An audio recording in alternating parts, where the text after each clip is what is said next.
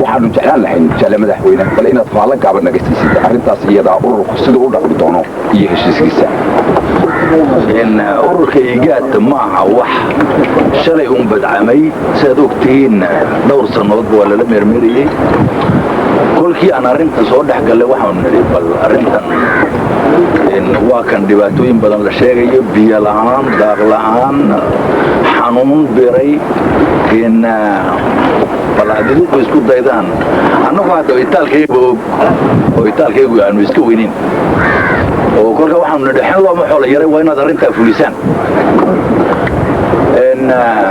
madaxweynayaasha kolkaan casuumad u dirnayna waxaan ugu mahadnaqaya horta inay gebigooduba raalli ay ka noqdeen oy si wanaagsan u yimaadeen, si daacada,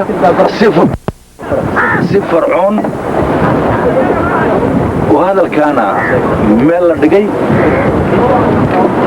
meel dhigistaana kama ay dhigna halkaa lagu joojiyo oo meeshuuna ha noqoto sida dhulka qaarkood meel lagu haasaabo inan waxba ka soo baxin oo inan waxba ka soconin. magac bilaasha ma rabno. kolka waxaan filayaa gudidii intoo la asaasay ka shaqaynaya xafiiskaas. waad ogtihiin ninka secretary general loo cayanay, ninkaasoo asli ahaan ethiobiana.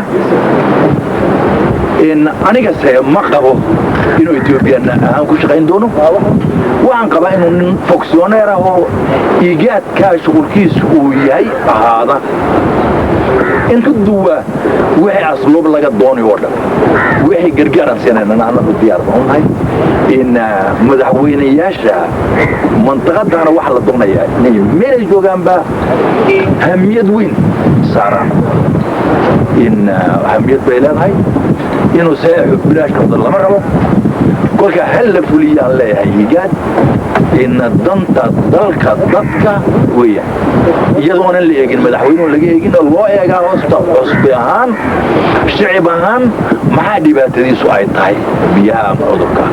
kolkani ka dhigan tahay waxa weeyaan meesha lagaga duulo wixii degdega